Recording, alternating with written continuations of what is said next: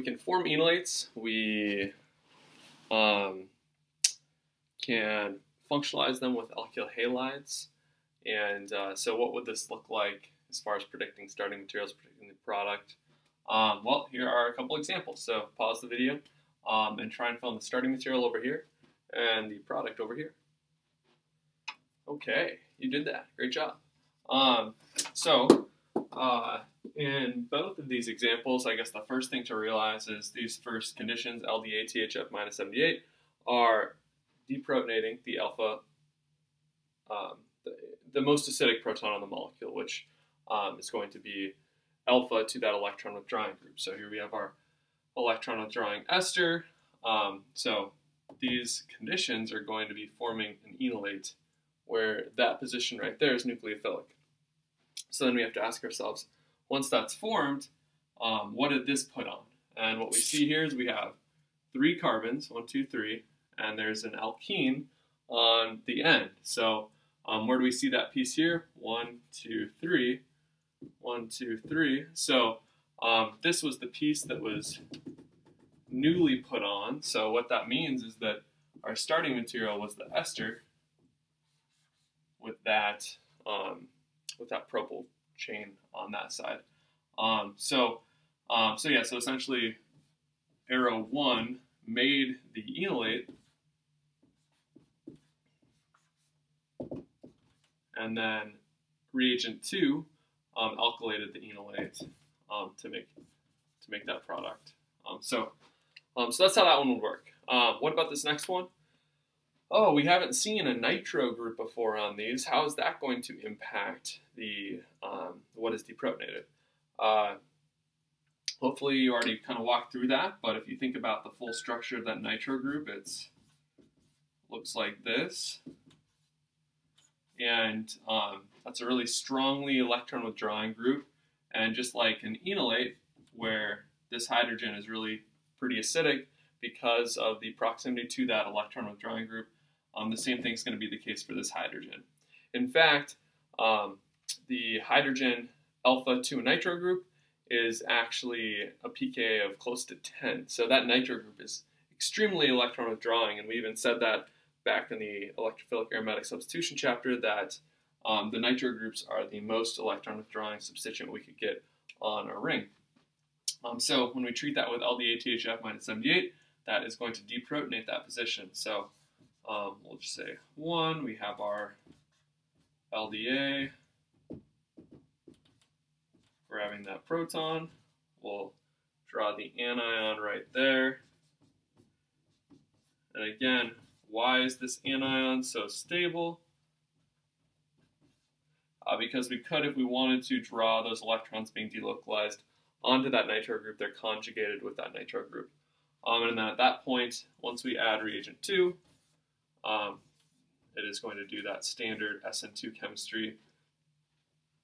And our product will look like that. So we added this piece onto the molecule under those conditions. More coming at you right now. Okay, so what's going on this time? Well, we have the same ketone that is non-symmetrical, and we're treating that with either LDA or potassium terbutoxide. So LDA is going to form that kinetic enolate, the one that forms faster.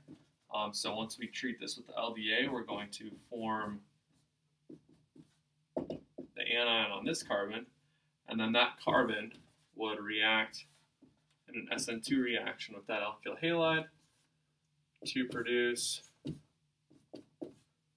the alkyl group on this side. And really, it adds to both sides, right? So we could, all 4 stereoisomers are present in the product. What about this time? This time we have potassium terbutoxide. It's a weaker base than LDA. It allows for that equilibrium to take place, and that equilibrium generally prefers the more stable enolate. So the more stable enolate is the thermodynamic enolate. Also, why is this 1 and 2 versus this just has all the reagents together? So The reason why we have 1 and 2 here is that essentially because LDA fully deprotonates the starting material, we react those two together and they make fully this. This is all by itself. LDA is fully protonated, and then we add the second thing into solution. We can't do that with potassium tert-butoxide because potassium tert-butoxide is not a strong enough base to fully form the enolate. So it's not going to fully form the enolate. We're going to have an equilibrium where we have some amount of the thermodynamic enolate around, and then there's some starting material as well. At that point, we could alkylate that enolate because there is some of this alkyl halide around, and that would produce that product there. So these are unsymmetrical enolates, so depending on the enolate forming conditions, we're going to put the alkyl group on the different sides. One other kind of thing of note here is that this bottom reaction is a little bit challenging to do operationally. You really have to play around with the conditions in the laboratory to do something like this. Because this potassium tert-butoxide can also just do a direct E2 reaction with this alkyl halide. So conditions would have to be developed where hopefully the rate of enolate formation was faster than the rate of E2 reaction for this to form and that do the substitution instead of the elimination reaction happening. This is a little bit more straightforward where we fully form that enolate and then it reacts versus this one, since we have the equilibrium and we also have that potassium tert-butoxide around, that can also do side reactions. Yeah, but hopefully this video kind of gave you a feel for how these reactions with